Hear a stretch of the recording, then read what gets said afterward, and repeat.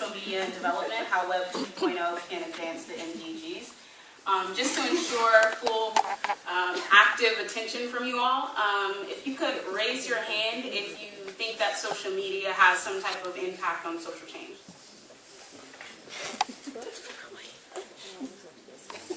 Great, thank you. We have actually outlined our document in 4 components. These are essential elements, key challenges, considerations, and solutions. So we'll just highlight these as you have the document in front of you, and we can further elaborate if necessary. Some of the essential elements, these are the foundations in order for effective Web 2.0 framework to actually push anything else that we would speak about forward. And this is being anonymous, the right to be forgotten, internet freedom, and adequate ICT infrastructure. So in the groups that we went around, we spoke to you all about the definitions of these, and they are also outlined in your document. The key challenges that we're addressing is the access to usable information, which must be universal and equal. Effective Web 2.0 platforms, they must be standardized, centralized for a format that each user can use. And one of the challenges is to inspire action that is not limited to low risk, low involvement, low commitment. And what we call these are weak ties. This is one of the things that we were talking about in some of the groups, again, that we came to discuss. Weak ties are passive interactions, and what we want to do is transform those into strong ties. A few of the other challenges are to take into account linguistics, cultural, ethnic, religious, economic, and social factors, and then to take into account states and groups or individuals who may actually seek to impact social media or change through social media. And then to also take into account the capacities and the educational backgrounds and abilities of specific target audiences. Now, some of the considerations, this was the challenges section, some of the considerations that we have in place, which the considerations need to address challenges to, we would say, on a micro or macro level. These are conditions of a society. And it is the different levels of accessibility in a society. The respect of complexity in political, social, or economic context. And the behaviors of users. And then the full depth, I would say, of the quality of the interaction on this social media platform. And so Fabian will talk a little bit about some of the solutions that we came up with in regards to this. Okay, yeah. We'll come now to the third step. We have challenges, considerations, and now to the solutions. Because we've been talking about very theoretical concepts of social media, and seeing that you're kind of a bit bored by this, we'll now show you some concrete measures. We figured out some impact areas where we could really use social media to increase global partnerships, MDG number 8. And these impact areas should now show how, through increasing global partnership, we can also address other development goals like ending poverty, universal education. There are already platforms like from certain professors from Harvard where they try through social media to reach the developing world with very high level education. And yes, also other development goals, of course.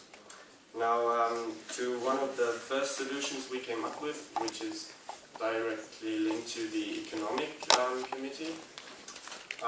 We ourselves also thought of an kind of entrepreneurial application forum kind of network where entrepreneurs could interconnect with certain information they need from the government, or also get in touch with funding, also direct funding from people in the developed world that could, through micro-donations, give entrepreneurs that have ideas for maybe small businesses, and yeah, make micro donations to these entrepreneurs that otherwise wouldn't get any money or would never kind of be able to get in touch with anybody that could help them.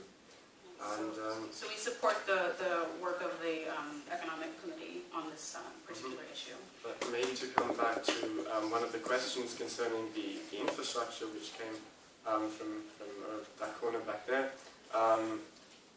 It would be essential for this kind of thing to work that the people in developing countries really have access to the internet, have access to the ICT infrastructure, maybe through mobile phones.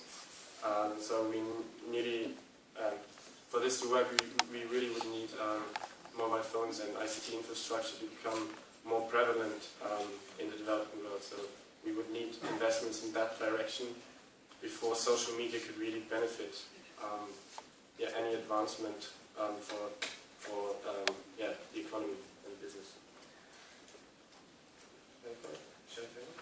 Yeah, no, so the other platform that we will speak about as one of our solutions was the e-government platform.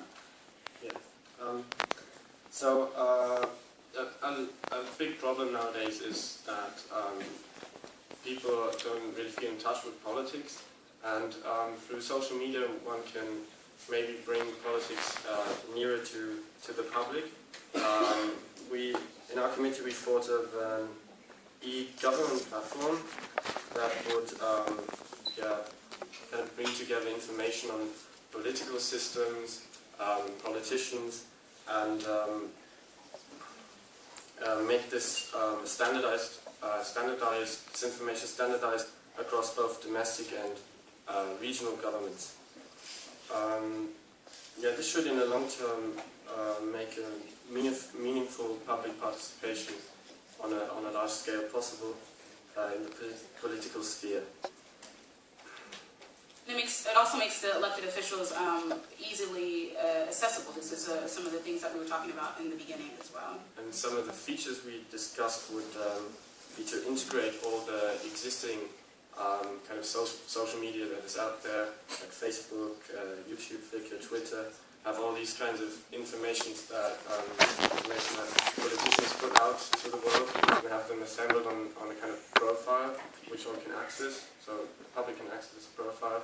Every politician has the same kind of generic profile, where he can also get in touch with the public, because a lot of politicians feel they're being attacked by this whole social media wave where people can do all kinds of slander, and they feel they can't really respond to it. Through this kind of platform, they could assemble all the information they want to put out to the public and really respond to the public. And this would also, this is also already this kind of standardized model that brings the politician into the, gives him the possibility to reach the public. And also another thing would be that the government, the whole political structure could be brought to the people via multimedia. So it could be explained on a global level for all kinds of different systems. And we would also propose to have e-voting systems on all kinds of referendums, lawmaking, petitions, all these kinds of things. And so the next network that we would propose as an additional solution is an NGO network. Yes, to kind of link all the NGOs together, particularly small NGOs that don't have the capacity to reach a lot of people, don't have the money to do great social marketing campaigns, so people can inform themselves about NGOs, and the NGOs can also, they've been given frameworks so that they too can reach people more effectively. And the last thing we thought of would be a social media development, consultancy for the promotion of social media development. This consultancy, maybe on the basis of the theoretical guidelines we came up with, could provide guidance and education on social media to companies and NGOs, and in this way contribute to a more meaningful and committed and sustained use of social media. Yeah, to really promote the Millennium Development Goals. So this is our proposal, and our whole goal with all of this is to let social media facilitate the action and not solely be the action. So, are there any questions?